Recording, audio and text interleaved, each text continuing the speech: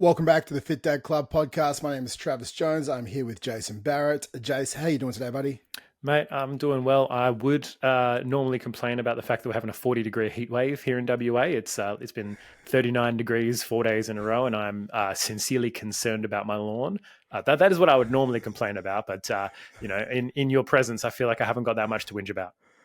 That's right. Well, it's actually been like 20 degrees the last 3 days here, but I've been laying on my bed indoors, like crouched up in the fetal position this week.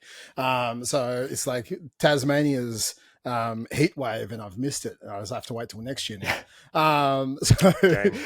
It's for anyone who, exactly anyone who missed it, Jay soloed the podcast last week because I was in hospital. I had my appendix out. That ended up being a bit of a longer than needed hospital visits.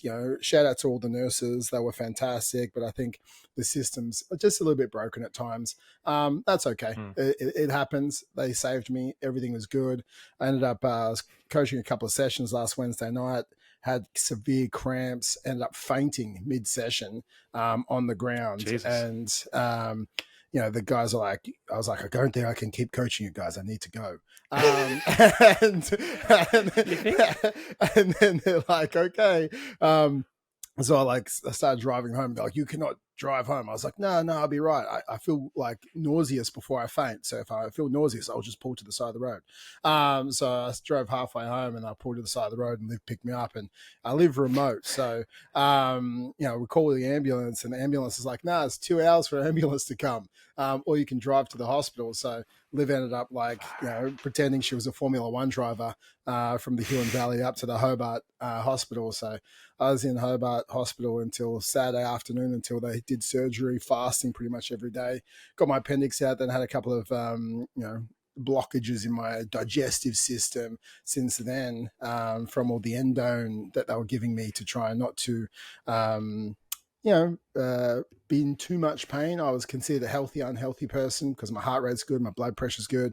Just my appendix did not want to be inside my body anymore.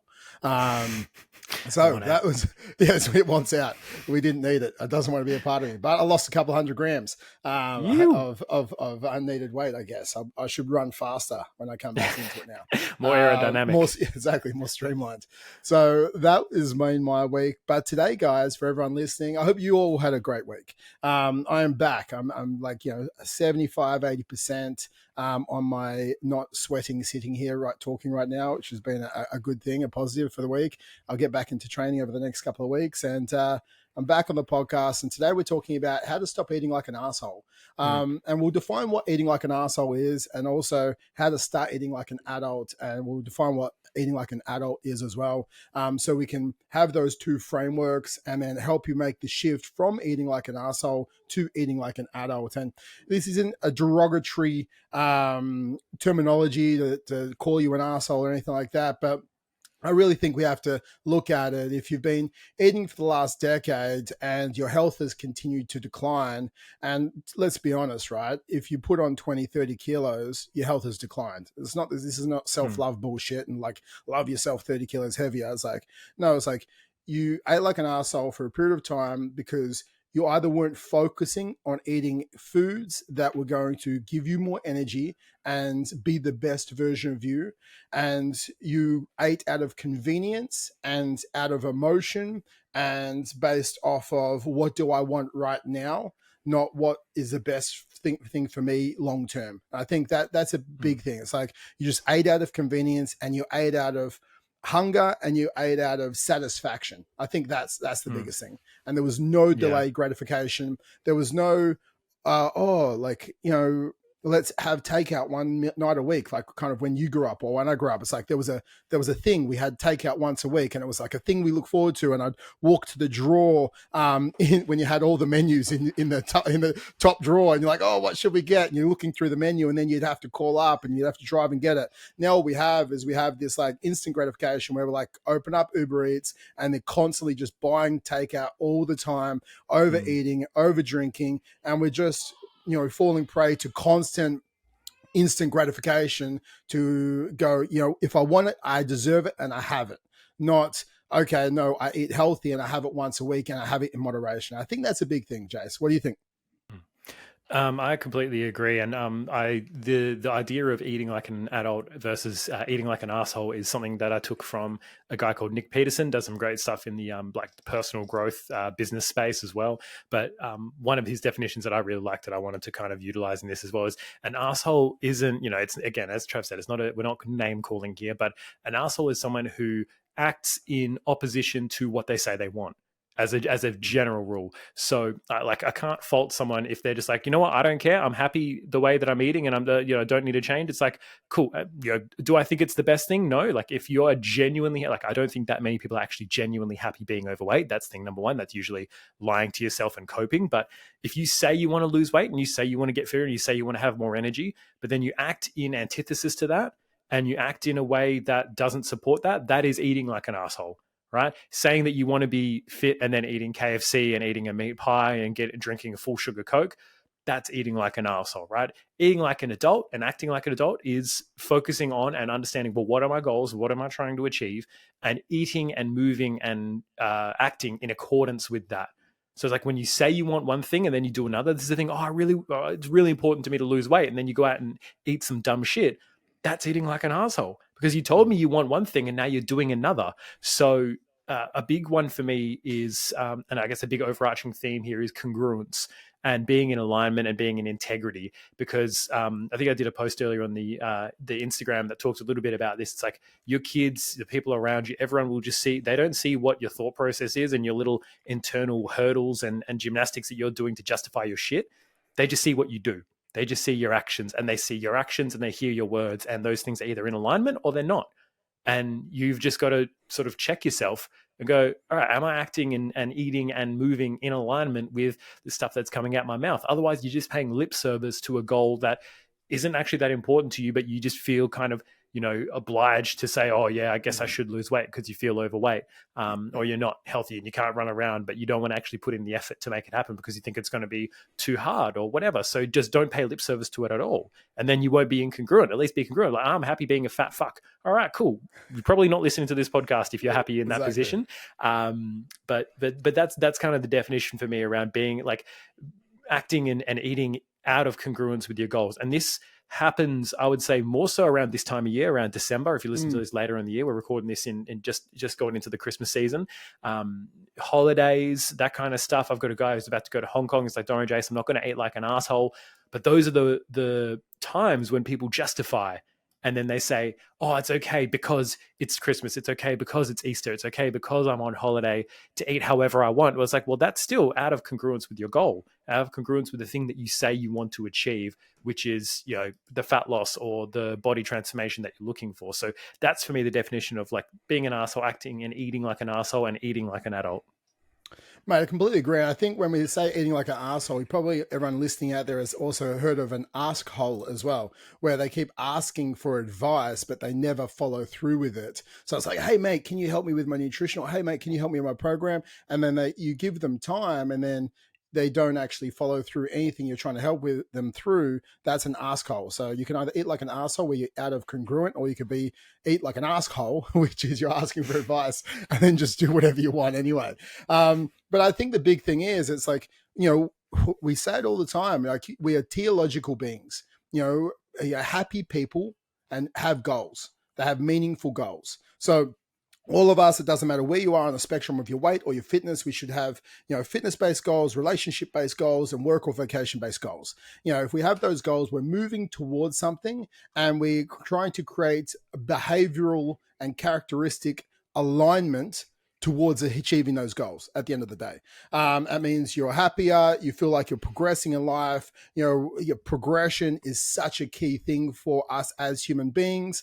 You know, we're either getting healthier in some way, our relationship is getting better with our children or our partner in some way, and we're progressing with our work in some way, or they're all going backwards, right? Either way, right? But we're either moving forwards or backwards. There's no stagnation in life in these three big key areas. So now we know we can either eat like an asshole or eat like an adult. We have to go, sometimes you don't even mean to eat like an asshole. Okay. And I think this is the biggest thing as Jace was getting to, and especially at this time of year.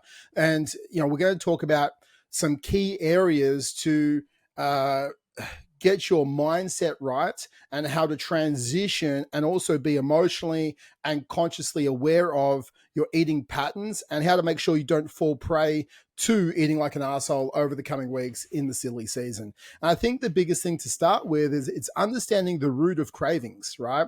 You know, you might have like these goals of losing weight and all that sort of stuff.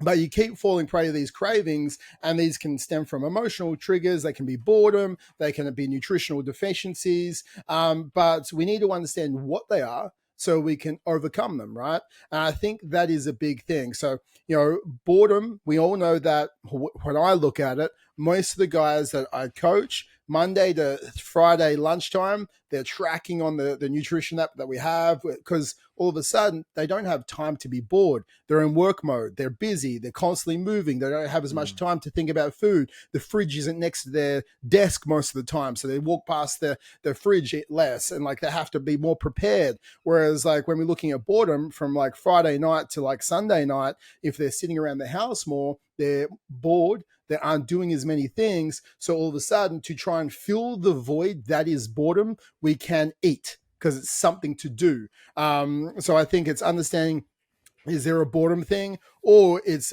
there a stress thing that's triggered there as well? So I eat to feel better because that's what I do and that's what I've always done. We have to understand like what is the root of our cravings, so then we can actually get to the root cause. And I think that's the biggest thing. If we don't get to the root cause, we can never overcome it. Otherwise, we're just slapping a Band-Aid on top, and we know that it's always going to be there, and it will always crop up in I guess, the more stressed times in our lives. I think another one that plays into this, especially for parents, and it's a point we're going to make later, but I think ties in well, is sleep.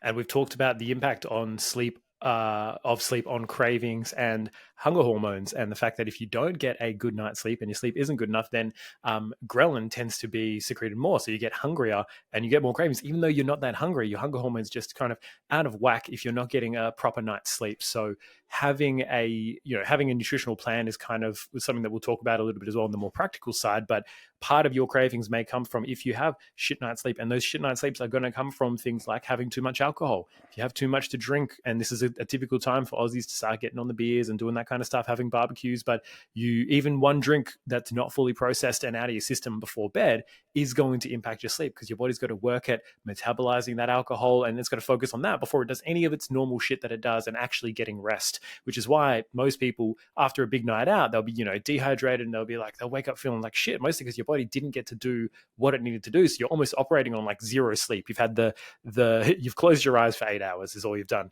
while your body metabolizes all of the shit that you drank. So making sure that you're not getting too shit-faced and drinking too frequently during this time, so that you're getting proper quality sleep, so that you're not waking up with cravings and with hangovers and with all this other stuff that then contributes to choosing shitty foods. So my favorite way, and we've talked about this in the Habits podcast we did a while back as well, my favorite way, in the only way really to change these little stress responses, is to change them for something else. So knowing what stresses you out, when you tend to get stressed, what you tend to get stressed about, and then pivoting your response from going and grabbing food to then doing something different. Maybe it's going for a walk. Maybe it's going outside, standing in the sun or standing in the rain. Fuck, that'd be a pretty good pattern interrupt. If you're in Melbourne or Hobart, you probably get a little bit of that.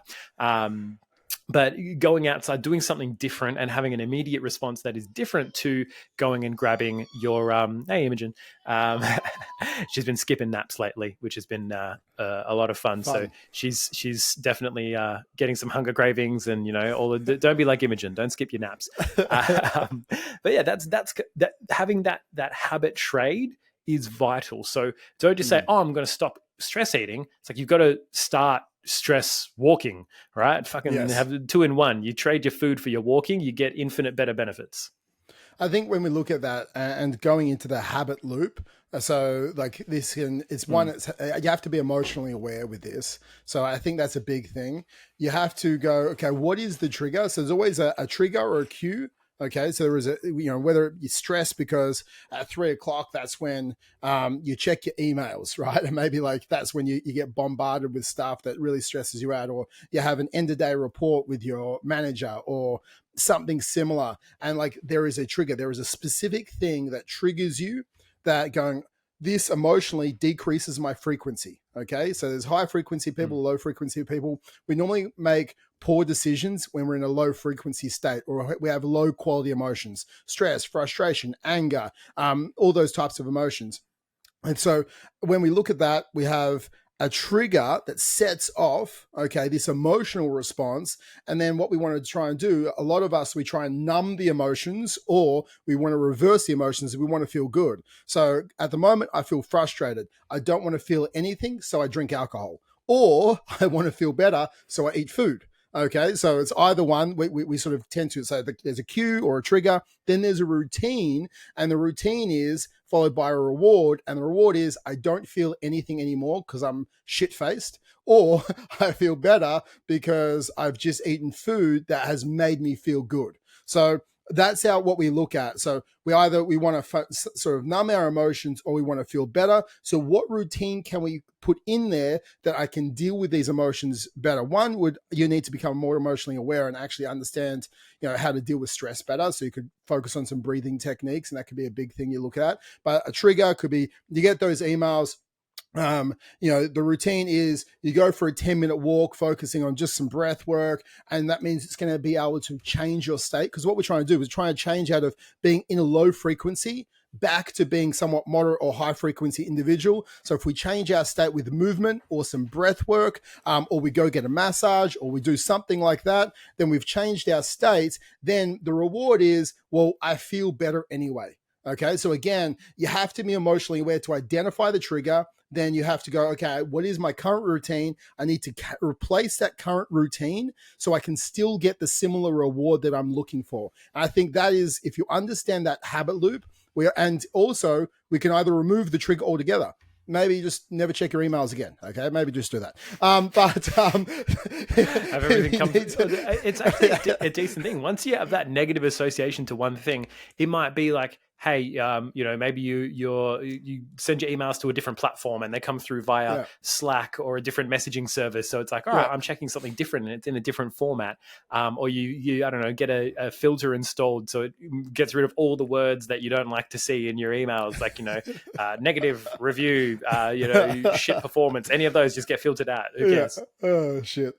But I think if you have to still check emails, or you have to still do things that trigger you, you have to go, why am I triggered? So sometimes you can unpack it, and this is not an unpacking emotional trigger podcast, but you can unpack it if you want, and then you probably won't be triggered again from it. But it's either trigger, there's like a cue, routine, and then there's the reward at the end. We have to sort of look at that, and you can only overcome that if you're emotionally aware. You have to be aware of our emotions. As men, we don't want to not have emotions. We don't want to walk around, stoicism is good to a degree, but we also need to understand why we feel emotions so we can then use them correctly as well. So I think that is the big thing, becoming emotionally aware. You have to allow for self-reflection with emotional awareness. If you had a trigger, and at the end of the day, it's like, and you had a goal and you had behavior characteristics, you had these behavior traits you were trying to follow, like tracking your food and eating correctly for your meal plan, and you deviated from the plan, if you reflect at the end of the day and go, well, I deviated here, why? Oh, I was stressed. Why was I stressed? And you have to sort of peel back the onion a few times so you can get to that root cause and go, how can I deal with this differently next time? And I think that's being emotionally aware. It's understanding the triggers, because that's what's going to lead to cravings or not the correct plan for your food or alcohol consumption based on what your goals are. I think that's a big thing. And we need to find what's an alternative way I can deal with this stress or emotion that isn't turning towards food or alcohol to make that either blunt emotions or change my emotional state.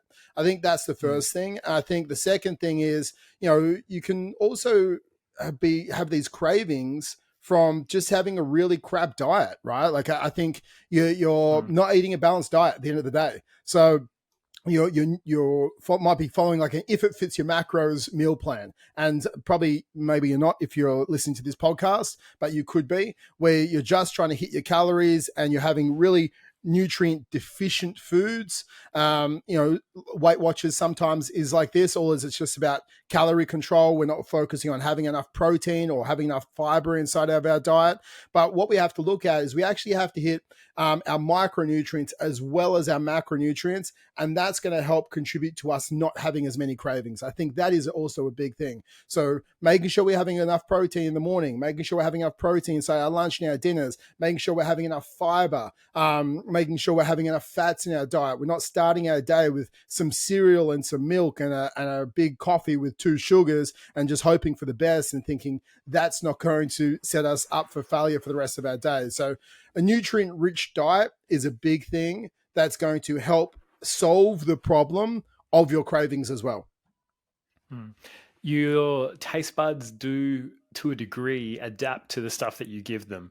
And also your mind does as well. So it's just knowing that if you are consistently consuming overly sweet things or foods that are just like super, super, super fucking palatable, right?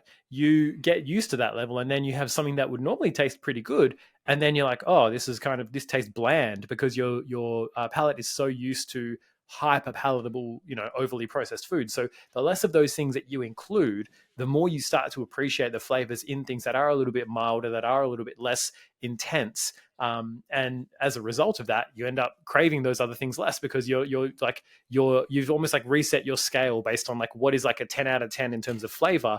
At the moment, it's, a fucking choc cookie dough ice cream fucking cookie with all these sprinkles and bullshit on it. But eventually it might scale down to, just some plain chocolate. Then it might scale down to dark chocolate and all those things. I'm not saying you got to give these things up, but by reducing these crazy, highly palatable foods, you will tend to crave less of them because they're just not as present. They're not on like the tip of your tongue as far as taste goes. If you can't even remember what they taste like, you're not going to be craving them. So I feel like eating and indulging in those things tends to increase your cravings for them as well. Like, I don't crave KFC anymore because I haven't had it for a long time, but when I used to have it relatively, here and there, I'd be like, oh, it's been a couple of weeks, or I could go for my one of my old coworkers used to call it the dirty bird, until you eat so much of it that you just like feel like a fat fuck, and you're just like, oh god, what have I done to myself? I'm like disappointed my mum. I'm ashamed to my family. Like that's the level you got to go to then just like get off it forever. Just the grease dripping down your shirt. You haven't got a refresher towel. You're screwed. Honestly, with KFC, just to interject, with KFC, I've never been a KFC fan. When I was about 12 or 13, there was a big bucket of KFC that we bought. And I opened it up and there was maggots all through the KFC box that we bought. And this is Trav trying to do some fucking therapy with us. I literally had bitten into this, whatever, the 20-piece nugget box. I'd bitten into one of the chickens and there was maggots crawling through the flesh of the chicken. And from that moment on, I have never been able to eat KFC again, because all I do is associate KFC with maggot-filled chicken, right? And like every time you like, that means you don't want to eat it ever again in your life. Jace is about to vomit right now. I haven't had it for like years, but I feel like there's zero temptation to go back. I'll get my fried chicken elsewhere. Thank you. Exactly, mate, 100%. And because I had such a negative association with it, I've never wanted to have it, because I'm like, you can't come back from that. But I think we can have negative associations with lots of things, right? And I think if I'm happy that I have that negative association with KFC. That's perfectly fine. That's a reasonable. It's the same thing as like tequila. Most people just drink too much tequila at some point, and then it's like, I can never drink tequila again. Just go through the alcohol. If you have trouble with alcohol, just go through one by one and drink them until you're just like, oh, I cannot fucking look at that again. I had that for red wine for about 2 years when I first drank it. I went on a wine tour. I had too much red wine, and then the next morning I was like, it was like the worst hangover I ever had. The hangover was the same day because it was a daytime wine tour, and then I was like, I didn't drink red wine for about 2 years after. It took a long time to get over. Now I drink it responsibly, as an adult does. Exactly.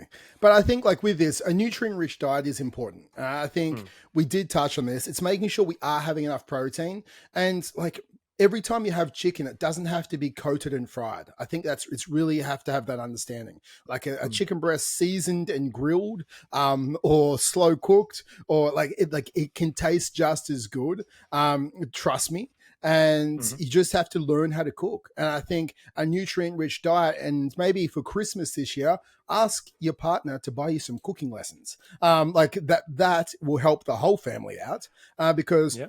you can start to cook better, things will start to taste more. And just like for me, if I don't eat ice cream, and I don't really ever eat ice cream anymore at all, if I don't eat it, I don't really crave it. Like we after a Mm. couple of weeks, and same with all of my clients, I'll cut out foods that they one are hyperpalatable, as Jay said before, means like we can eat a lot and a lot of them. And when we cut them out for a period of about 2 to 3 weeks, we start to stop craving them. And Mm. there's environmental cravings, whereas like we get in an environment, like say you drive past the KFC, or you walk past the Subway, and the smell of the Subway like brings back memories of the Subway cookies. Like that did it for me for a while, and then I had some and I was like, yeah, these aren't as good as I used to remember. um, Yep. but if I cut it out for a while, I stop craving it. And same with a lot of our clients. So you just have to sort of break the back of your cravings sometimes, and just, Mm. make sure we're eating great food. And then if I start eating ice cream again, I think I have a bit of a sensitive stomach to um, dairy. So like for the first couple of days, my guts will be a bit off. Okay, if I eat ice cream, then after about Mm. 7 days or 10 days of eating ice cream, I don't have. There's nothing wrong with my stomach anymore. And I think I'm that inflamed that it just stays inflamed. I have no problem with ice cream. But I think a lot of us are eating foods that disagree with us, but we just don't know they disagree with us anymore because we've been eating them for so long that our body is just in this constant state of inflammation. So Mm. start to cut out a lot of the crappier foods if you can. Start to eat more of a nutrient rich diet with like things that you buy from the farmer's market. I think that's where I'm getting at, is like Mm. that means it would be more nutrient rich, like whole meats, vegetables, potatoes, sweet potatoes, like things you would cook yourself that aren't as processed, and go towards that. Our fiber will be higher. We'll crave less. Okay, we'll fill ourselves up more, and with that, you won't have as much room for cravings either. Mm. 100%. So a lot of it is about lowering your sort of your blood sugar and insulin spiking. Not because there's anything Mm. wrong with that, but it does tend to lead to cravings. If when your blood sugar drops in a dramatic way, and that usually comes after a dramatic spike, that's what sends the signal to your body to go, hey, we need more. Because like you need glucose in your blood. Like it needs to go to your muscles to run them. It needs to go to your brain to run it. So it's like if your blood sugar drops severely, that's where it's like, fuck, you need to, like, we need to get some food in you. That's why the hunger signals get sent out as well. So by having more of a slow ramp and a slow decline, it gives you, number one, a more gradual feeling of hunger rather than sharp pangs that as another trigger for a lot of people to then go snack and eat really like a lot of shit food they don't need because they're like, oh fuck, hungry, need to eat right now. By eating more fiber, by eating more protein, by eating more, having more healthy fats included in your meals as well, that will slow digestion down. Like the difference I feel when I have oats or something else in the morning versus when I have like eggs. When I have eggs, just the extra fat that's in them. Number one, a bit of protein, but the fats. I am full for like my wife Way always reminds me. longer. It's like if you're going to go train, don't eat eggs because you're going to feel Mm. like shit when you're in the gym if you don't train, unless you train at like 2 p.m. Like it's going to take that long for it to get through you. So consider where you're getting your healthy fats from, right? Obviously we don't want to just go shit ton of fat all the time, but fats will help you slow down digestion, right? They will help you elongate the blood sugar response, and that means you stay fuller for longer. Makes sure that when you do feel hungry, it's a more gradual hunger as opposed to a big sharp spike. So fiber, protein, and fats are your sort of keys for when you are in the silly season especially, but just in general, making sure you have enough fats in there. And this is again why a croissant in the morning, or like the pain au chocolat, Yeah. right? The fucking A chocolate croissant with orange juice pastries is and probably the shit. worst thing, right? Croissant with orange juice, Yeah, yeah, really exactly. great. There's going to be a big spike. It's not ideal at all. Pancakes, waffles, all the shit that you know of. It's like substituting that for something else is going to give you a better blood sugar and blood glucose like curve, Response. and that's Exactly. And that's just going to allow you to make better choices because you're not going to be as hungry. So it works on multiple levels as well. Better nutrients, but also blunting that hunger response too. And it's the same thing as like fasting, right? So if you are pushing back your breakfast to lunchtime, like obviously your blood sugar levels will be more stable as well. And then that first meal, if you feel like you just can't, you have to have cereal, and it has, like, if this is what you have to do, one, you don't have to, but if this is where your thought pattern is, like, just cut breakfast out altogether and just break your fast at lunchtime. But I think one thing, the caveat to this is you can't just go have like 3 skinny cappuccinos with 17 sugars in the morning, because that means you still are going to have this blood sugar level spike, because the first thing you're ingesting is, milk and sugar essentially, which is going to spike your blood sugar levels, and you will lead to higher cravings. So it doesn't matter if your first meal is at noon or 6 a.m. You want to make sure it's a heavier protein and fat-based meal with fiber attached to that. So some steak and eggs be a great first thing in the morning, right? Would be fantastic. And just sprinkle some psyllium husk on top. I'm jokes about that. Don't sprinkle psyllium husk on your steak. That would not be tasty at all. Extra it's like sawdust. Ugh. Yeah, exactly. But if we can do that, means you're going to crave less later in the day. It means your energy will be more constant, so you will have less of these energy crashes where you're like, oh, I feel like I need to pass out. Because what happens if you're having like the cereal for breakfast and your cappuccino with your sugar, and then you have a muffin mid-afternoon, and then you have like this sort of Japanese rice teriyaki, which is just like sugar and more rice on top of that. And then in the afternoon, why am I so tired? It's like you're eating everything to make you tired. You'll try, and then you have like a chocolate fix. So that's what I need. I need a chocolate fix to get me going. Like you don't. You need to just eat better. You need to eat like an the opposite of a fix. It's exactly. a break. A chocolate. It's a break yourself. Exactly. That's why they call it a Kit Kat. Oh my god. Kit Kat. Yeah. Oh, there you go. Look at you. Bang. Yeah. Oh my gosh. So I think with that, nutrient-rich foods, more protein, it keeps you more satiated. It's going to help you gain some more lean muscle mass. It's going to give you the gains that you want as well. And good fats helps. If you're having enough good, healthy fats, it's going to help with testosterone, which is what we want. You can be more manly. So the next thing, guys, is mindfulness practices. I think that's a big thing. So being mindful around when you're eating. I think this is a big thing. You're not eating because you just sat on the couch and you have to eat, or you just walked in the door and you have to eat because that's what you do, or you have to have a beer because you've walked in the door and you drink beer when you get home. Like you have to be more mindful about when you're eating and why you're eating. You don't eat for the sake of eating. Or also, I'm hungry. Like, are you hungry? Are you actually hungry? Did you eat lunch? Yes. Okay. Well, is it 3:00? Yes. Okay. Well, you're not hungry. You want food. You don't need food. There's a big difference between want and need. Okay. If you're 20, 30 kilos overweight, like, and it's 3:00 and you've already had lunch between 12 and 1, like, you don't need it. You want it. And that was based on your past decisions.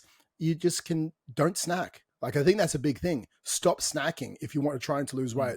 I think that helps a lot of people out. It cuts out a lot of calories. So be more mindful about when you're eating and also while you're eating. Don't eat in front of the TV. Like, there's all the studies about, you're going to eat 20 to 30% more whilst engaging in TV whilst you're eating, because you're not actually engaged in the process of looking at your food, enjoying your food, and chew your food like 20 to 30 times. Don't just swallow it down. You're not a duck. Like, you're not a duck and you're not Homer Simpson. Like, you need to actually chew your food.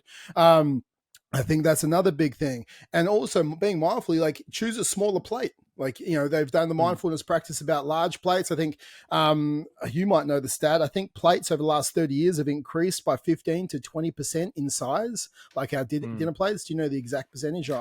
Jace, no, or no? I wouldn't have the slightest. No, unfortunately.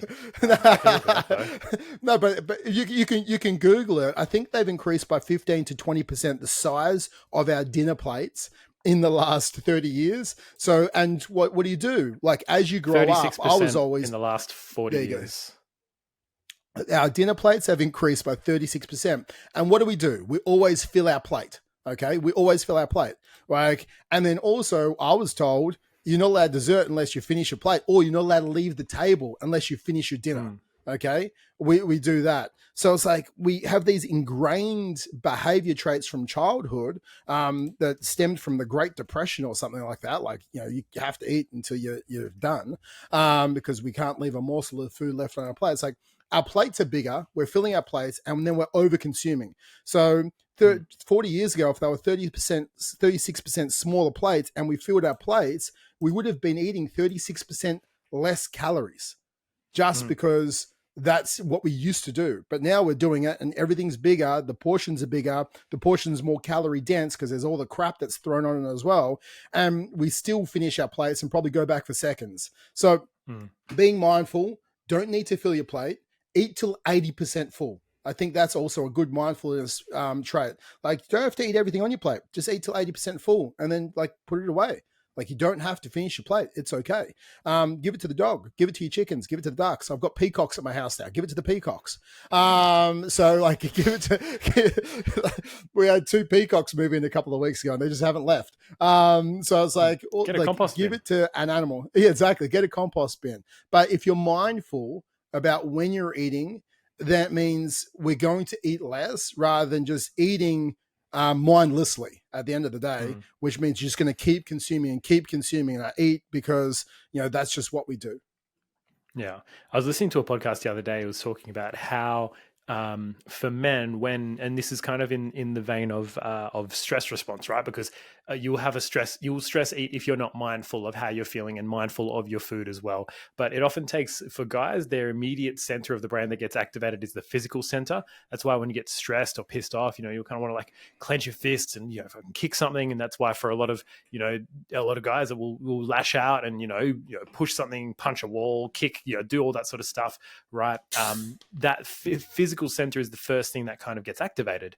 So, and then after that, it takes about 24 to 48 hours for your brain to kind of get over that, and then also for guys to process like, well, how do I actually feel about what happened, and what was causing the issues for me, what was I actually feeling. It takes a bit of that time, so don't expect yourself to immediately know the reason why you responded in stress to a certain thing, but you've got to give yourself the space to actually analyze and think about it, right? If you just kind of constantly filling your days and filling your time and always on your phone, scrolling your Instagram and shit, doing, drinking, doing whatever, eating food, all of that stuff will kind of numb your brain and distract you from giving yourself the space to go, hang on, why did I respond that way? Why did I respond in stress and go and eat? And why did I lash out and do all these other things and then cause all these other issues? So you got to give yourself time to really analyze, all right, well, why did I do the things that I did? Why did I get on my phone and order Uber Eats when we really didn't need to and we had the food there at home? Like, why did I do that response? Give yourself the time and the space and actually ask yourself the question with the intention of answering it as well. So it's just an interesting thing that I listened to. That was like, there is a bit of a delay and a gap. So don't expect yourself to know it all instantly, but just give yourself the time and the intention to figure out, why am I responding the way I am? And a big thing for me is, as Trav said, chewing your food, putting the spoon or the fork down between bites as well, not just having it in. Like, if you are still actively chewing and you've got another spoonful ready to go, and you either put that spoonful in while you're still actively chewing other food, or you have just you just fucking like, oh, sub me in, coach, I'm ready to go. It's like the fucking like the soccer player like sitting in the reserves, like, tag me in, I'm ready to go. Like, you don't know, it doesn't need to be that fucking quick. You're not in World War II shoveling down rations before you get back on the front lines. You're sitting there watching another episode of Suits, right? Like, it's not that big of a deal. So as Trav was saying, like, these are the strategies where you can stop the automatic eating. And the bigger thing for me comes down to either, reducing your plate, or if you are tracking your food, it doesn't matter for me how big or small my plate is, because I know I'm portioning it out onto the plate before I sit down and eat it with my partner or with my daughter.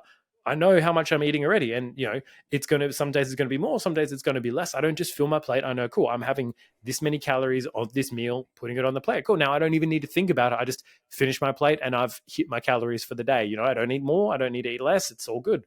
But that it just requires some intention and some focus, and actually being willing to, and I guess the next point for us is actually planning your food and planning your meals, and not just winging it and hoping and fingers crossed, oh yeah, I'll figure it out along the way, because the way you've been figuring it out along the way so far clearly has not fucking worked. So you've got to put some planning in. Mate, I completely agree. I think planning prevents a piss poor performance. I think that was ingrained into me for the last 20, 30 years. The 5 P's or 4 P's or whatever it was. So I think you got to plan your week, you got to plan your meals, and also I think you have to have some if when then scenarios. And it's like if when I'm like I am actually super hungry and like I can't wait till dinner, then so if when it's the afternoon and I just really need something, then I have a protein shake, or then I have a protein yogurt, then I have some beef jerky, then I have 200 grams of carrots and a protein yogurt. What, like, you have like an automatic go-to thing that you eat. It's predetermined, right? Remember, it's there's structural discipline with if, when, then statements. So if when it's after dinner and then I'm really craving something and I want to have something and it allows me to relax, and you have some high protein yogurt mixed in with a half a scoop of protein powder, 50 grams of frozen raspberries, and like that's your snack, right? If when I do after dinner, then I eat this. So again, there's no thinking, there's no decision fatigue, there's no reliance on willpower. And I think that's the biggest thing. It's like we need to use willpower wisely. So what we do is we use if, when, then scenarios, so we don't even have to use willpower because we have predetermined decisions where we know we are at our weakest. And I think that's a big thing. It's like predetermined decisions when you know you're at your weakest helps you get through those gaps. Also, like one of my guys, right? He was like, I get home and then when I get to dinner time, like I can't stop myself. And I was like, well, you can, okay, but let's make a strategy. Okay. So, because what happens, he would get home, he would then, it'll be an hour before dinner, then he would eat dinner and then he would just keep eating. And this was his problem because he was so hungry. So, what we did is when he got home, he would have a protein shake with, 50 grams of frozen berries and a little bit of unsweetened almond milk, end up being about 150 calories, 170 calories for him, somewhere in there. And he have that. And then because he had that, he got to dinner an hour later and he wasn't hungry really at all, because he had some protein, he had some, and it was like a bit of a thick shake for him. So he never went back for seconds. His total calorie level went down, okay? And he didn't have to feel like a gluttonous pig from constantly going back for seconds and thirds because he was in this ravenous mood when he did sit down for dinner. So maybe if you need to, it's having that sort of pre-dinner high protein snack that you can have, which sets you up for success so you don't have to overeat at dinner. And everyone's slightly different. Like everyone's meal timings will be different. So there is no perfect routine. There is just your perfect routine for you to hit your calories. And I think that is a big thing for us to understand. So prior planning, meal planning, okay, if, when, then scenarios. So we use willpower wisely. Having like high protein snacks that if you are going to have something that keeps you in line, I think that also helps as well. And I think the next thing is it's like actually making sure you're not just thirsty. I think that's a big thing. Hydration is a big thing. We all often confuse like being thirsty for hunger. 100%. And it's the best way for you to tell. And like everyone's water intake needs are also different. There's no one size fits all, but the best way to tell is, is your pee light yellow to clear? And if it's not, like, sometimes don't worry, you'll, like, if you take a multivitamin, you'll have B vitamins and it'll be fucking fluoro yellow sometimes. But then, once that one's done, the rest of the day, if it's darker, then you need to be drinking more. And it's as easy as having water as your drink with your meals, either before or during. Like if you drank a cup of water before each of your meals, you probably find that your appetite regulation was a lot better because, number one, you're filling your stomach with something initially. So it's kind of priming your stomach for like, oh yeah, shit, we're about to get some stuff. But also you're filling it with a little bit of something. You're making sure you're not dehydrated, because a lot of the issue is for a lot of people, there's not a lot of water in the food that we eat as well. Either they cook their steaks and their chicken breast to shit, so there's no water left in it. We'll tend to have oven roasted vegetables over raw vegetables a lot of the time, which, again, nothing wrong with that, but a lot of times you lose a lot of the water in your food. A lot of the overly processed stuff that we have doesn't have a lot of water in it, so you can be a bit dehydrated, which is often, especially if you have a lot of salty foods and you don't have a high enough water intake. So just be aware, monitor your pee color, and if it is starting to get on that darker side, it's like, all right, it's not about drinking like 2 liters once. It doesn't solve your hydration problems. It's just first thing in the morning. The first thing you should be drinking slash eating should be some water, right? That's just without a doubt. That should be the first thing that goes in down your throat. A bit of water, hydrate. You've been 8 hours without it. Get something in you that will hydrate you, that will make you feel a lot better. At least a glass of water will do. One before each meal. If you're having 3 meals a day, you've already had 750 mils of water. Not too bad, right?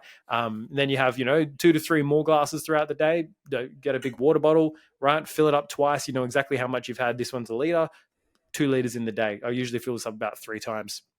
If you're doing any exercise, you'll need a little bit more. So just be on top of that, and then have that could be your stress response as well. It's like, cool, rather than going to grab something to eat, I'm just going to grab a glass of water and I'm going to sip on it. If you're like, oh, I don't really feel like I need a stomach water, well, then you probably wouldn't fucking need to eat food either.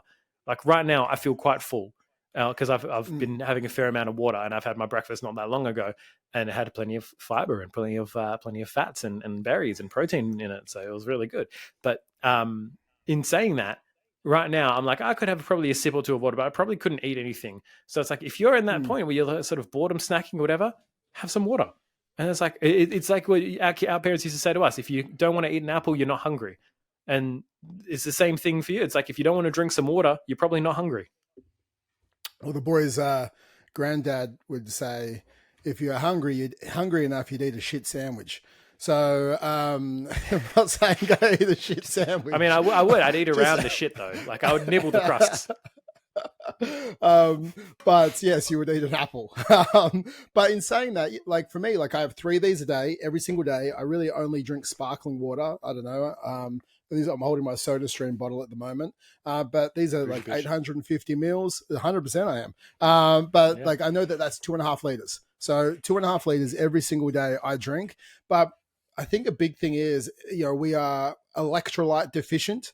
Okay, so our water is pretty much stripped from everything. Like I'm fortunate that I'm on tank water where I live, but at the same time, I'll add electrolytes in it. So I'll put some sea salt into every single one of my water. So I'll get a big pinch of sea salt, I'll drop it inside my water, and no, don't put table salt in your water, guys. That's not what I'm saying. Or Travis said to have table salt. No, I didn't say that. You can get some artesian sea salt, or get, the flaky salt that you should be having. You put a pinch of that in each of your like 800 mils of water throughout the day. One, it will stop you having to pee as much because you're actually holding onto the water. So you're hydrating yourself rather than still drinking and still being dehydrated. But it will increase your electrolytes in your system. If we have more electrolytes, we actually crave less as well. So we crave less because we're hydrated and we're electrolyte full rather than deficient, which is exactly what we want. So, understand, get yourself a water bottle. If you like sparkling water, do the same as me and, have your Soda Stream and do it 3 times a day. Put a pinch of sea salt in it. You can put some flavoring in it if you want, the 0-calorie ones, and that will help. Like I do that every other one. I think I have the Solos, one that I just tip a little bit inside my sparkling water. It gives me a bit of a taste. I think that's a big thing. Like actually making sure that we are hydrated correctly, especially coming into summer in the Southern Hemisphere, making sure we're doing that. We're not just hydrating ourselves with beer. I think that's another big thing as well. The other thing I was going to say was we make sure we're hydrated. We make sure that we have more of an appreciation around our food as well, that we didn't say before. So it's actually appreciating the food that we're eating. It's sitting there, and rather than, again, I don't want to go back into too much of the mindfulness, but very few times we sit there and we appreciate what we're eating. Like all the things that had to come together for that food to be on your table at that time. Like if you have some more gratitude, and rather than just like mindlessly watching TV as you shovel your face with 17 chicken schnitzels, it's like appreciating the fact that a chicken died. Someone had to do this. Someone had to do that. It all came together. We had to travel for shopping. It's like, I'm so lucky that I can sit here in this day and age and eat this food. And I appreciate it if my wife cooked it or whatever happened.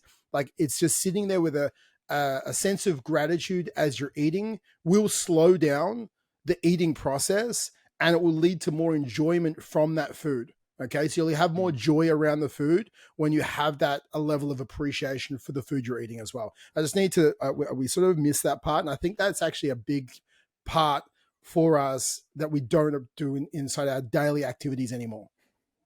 Yeah, 100%. And it's a big thing for me has been, especially in recent times, not only because of cost of living, but appreciating every aspect of the meal and use like if I remember I did a smoked lamb leg, and so I was like I made sure that I used the bone and made a stock out of the bone, and got all the little bits of meat off it, so made like a little bit of like a lamb soup out of it afterwards, and just like really trying to utilize every part of everything that you get, and not just like trying to almost like show respect to the food, especially if you're eating animal products. It's like, cool, this thing died for me to be able to have my extra bit of protein and get my extra bit of muscles, right? Which is that's something to be grateful for, and that's something to say, yeah, you know what, if you want to get very spiritual with it, you can thank the animal for its sacrifice.